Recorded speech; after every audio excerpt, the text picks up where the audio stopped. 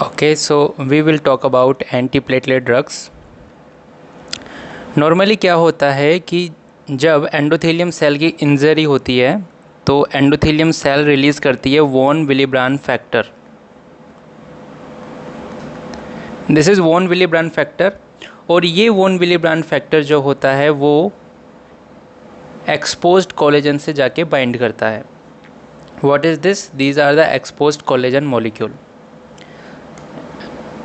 ये है हमारी प्लेटलेट्स और इन प्लेटलेट पर एक रिसेप्टर पाया जाता है. इस रिसेप्टर को हम कहते हैं GP1B. GP1B और with the help of this receptor these platelets bind to the von Willebrand factor. So this is von Willebrand factor. After binding to von Willebrand factor, these platelets changes their shape. So instead of spherical, they become like this. तो अब हम इसे बोल सकते हैं कि हमारी जो ये प्लेटलेट्स है ये प्लेटलेट्स एक्टिवेट हो गई हैं. जब प्लेटलेट एक्टिवेट हो जाती है तो ये कुछ ग्रेन्यूल्स रिलीज़ करती है, जैसे कि अल्फ़ा ग्रेन्यूल हो गए और डेंस ग्रेन्यूल हो गए. ओके.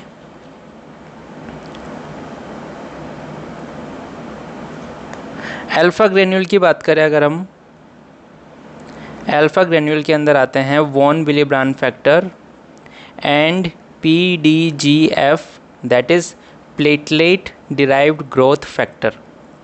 डेंस ग्रेन्यूल की अगर हम बात करें तो डेंस ग्रेन्यूल के अंदर आते हैं ADP and thromboxane E2.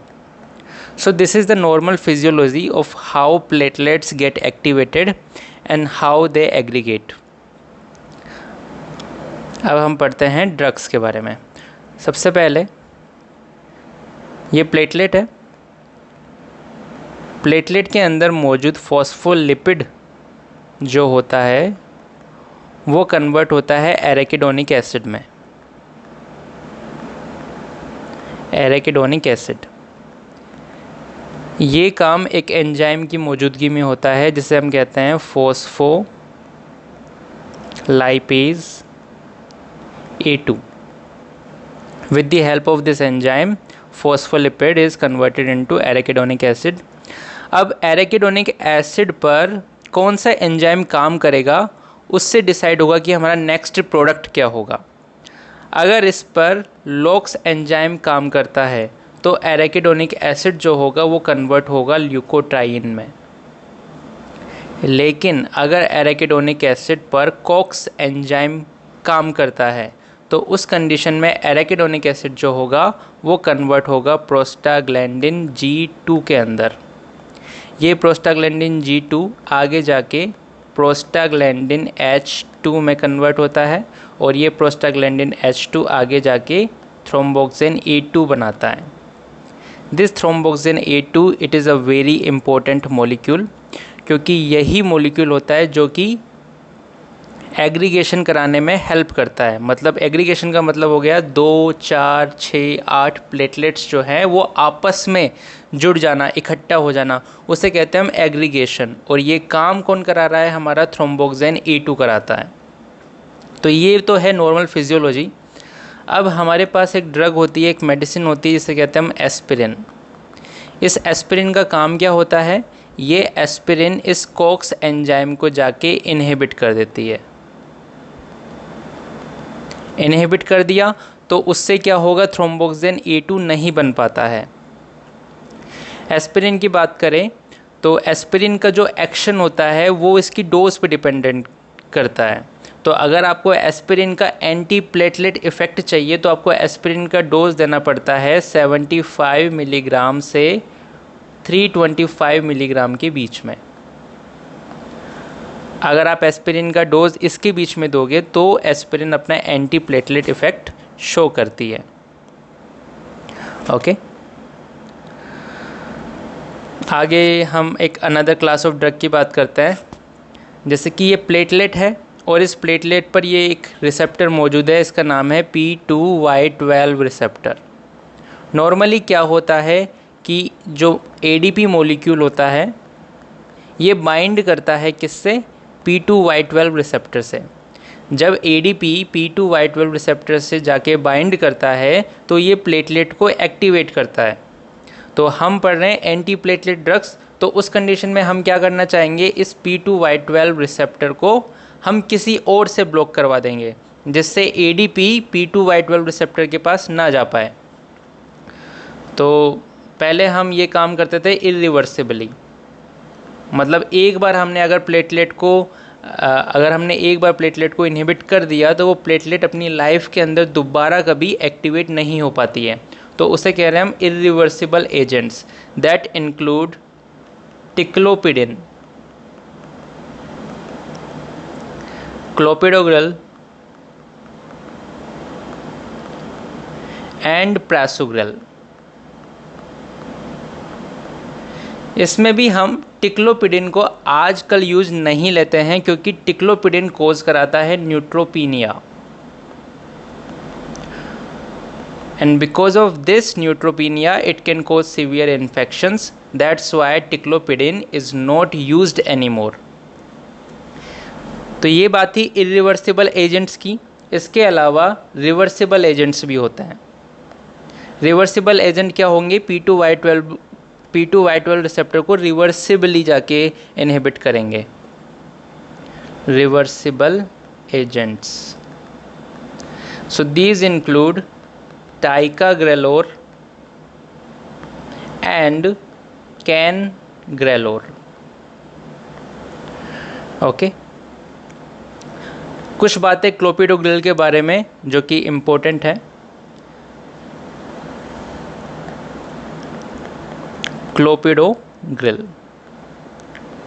Clopidogrel एक प्रो ड्रग होती है। It is a pro drug. इसका मतलब होता है कि क्लोपिडोग्रेल को पहले एक्टिवेट होना पड़ता है।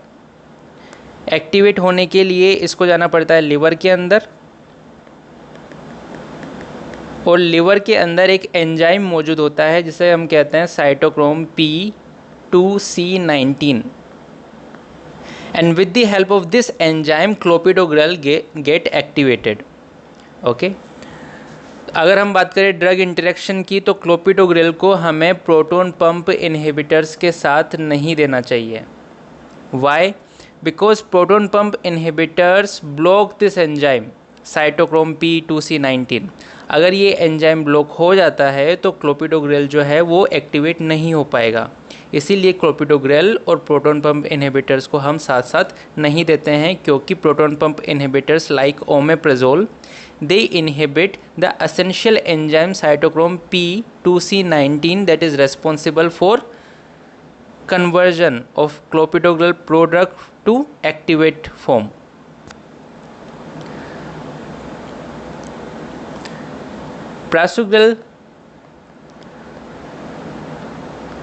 प्रासुग्रेल को अगर हम क्लोपिडोग्रेल से कंपेयर करें तो क्लोपिडोग्रेल के कंपेयर में these are fast acting। Normally क्या होता है, चाहे कोई सी भी एंटी प्लेटलेट मेडिकेशन क्यों ना हो, एस्पिरिन हो या P2Y12 रिसेप्टर एंटागोनिस्ट हो, सभी एंटी प्लेटलेट ड्रग्स के साथ एक ब्लीडिंग का खतरा होता है, हेमरेज होने का खतरा होता है। लेकिन प्रासुग्रेल के लिए क्या खासियत है कि इंट्राक्रेनियल हेमरेज होने का चांसेस प्रासुग्रेल देने के बाद में बहुत ज़्यादा हो जाता है। इसीलिए जो प्रासुग्रेल होता है वो स्ट्रोक के अंदर भी कॉन्ट्राइंडिकेटेड होता है। इसके अलावा ये एक स्टेंट लगा हुआ है, तो दिस इज़ पोस्ट स्टेंट, मतलब स्टेंट के बाद में post stent dual anti platelet therapy that includes aspirin and clopidogrel.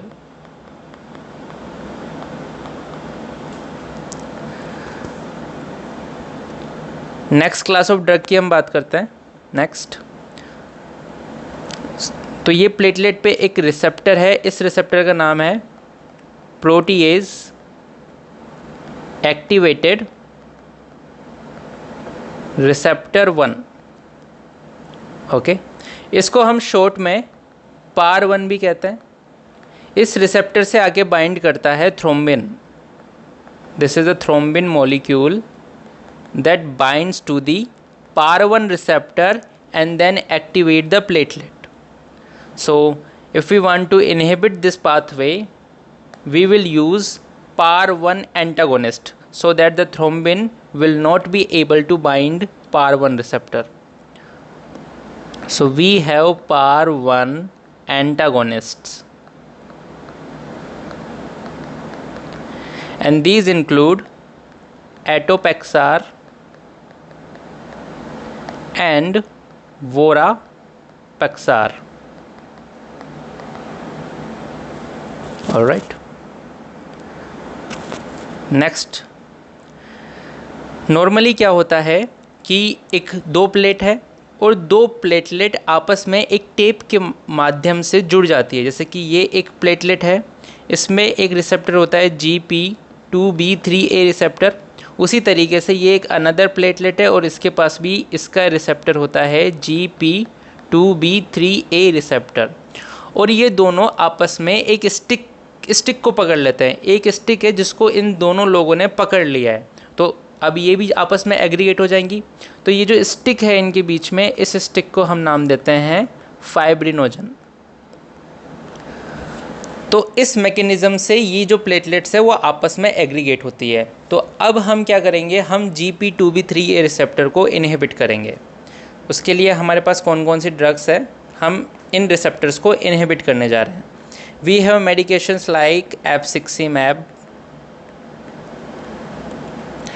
and tirofiban and eptifibatide. So these are the drugs or medications that block GP2B3A receptor, and all of these medications are given intravenously.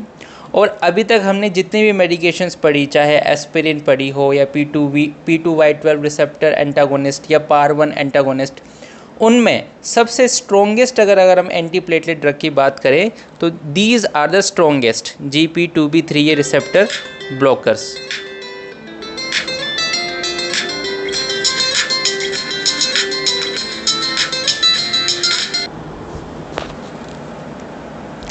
Alright, so these drugs are given intravenously and these are the strongest in all of them.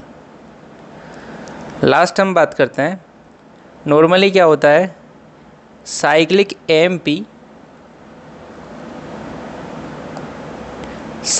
AMP is converted into AMP। ये काम होता है with the help of an enzyme phosphodiesterase 3 that converts cyclic AMP into AMP।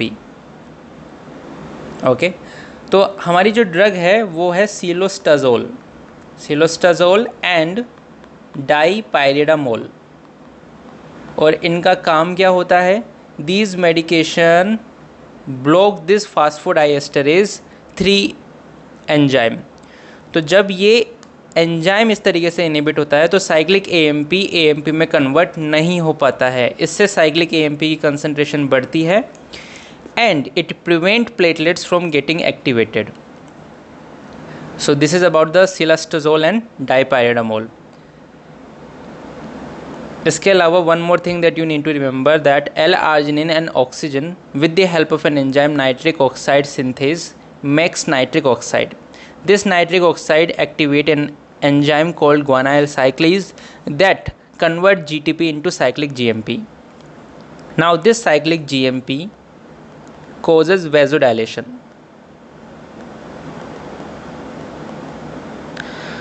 Okay, but in the blood there is an enzyme phosphodiesterase 3 that break down cyclic GMP. But if we give PDE3 inhibitors, then it will not be able to break down cyclic GMP. Cyclic GMP concentration will increase and it will cause vasodilation. That's why phosphodiesterase 3 inhibitors have vasodilating effect, and that's why silastazole is used in peripheral artery disease and coronary artery disease. So this is all about the antiplatelet drugs.